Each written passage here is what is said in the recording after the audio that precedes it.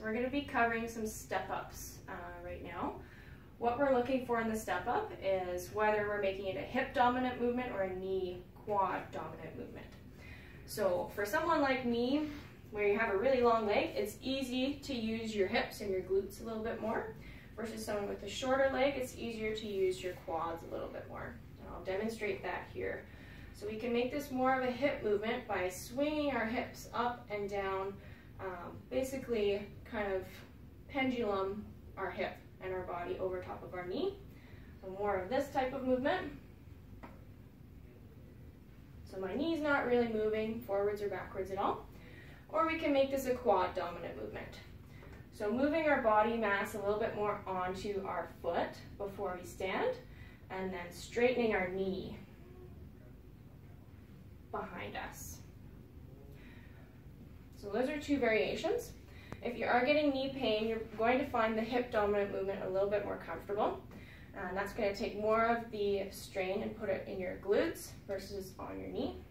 So this movement, keeping the knee behind the toes. Okay, so that's the basic step up. We can progress it. So we can make it more of a runner step up. So driving the opposite knee and the opposite arm in the air, just like running movement.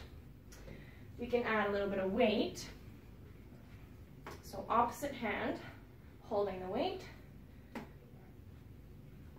The weight should be heavy enough that you can only do 6 to 8 reps.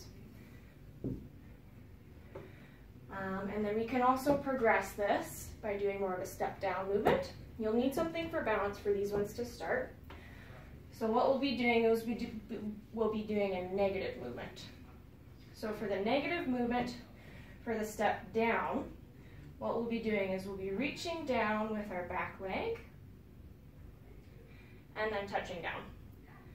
So while you're doing this, you should be aware of your knee position and your hip position. So from the front, our knee position should be floating over top of our toes. So we're not wobbling in too much or out or too far forward where our heel is lifting. And then we also want to look at our hip levels. So we don't want to cheat with the step down and reach with our back leg. What we want to see is that your hips stay nice and level. This, and then just reaching straight down. If this one's too easy for you, you can also reach forward, like so.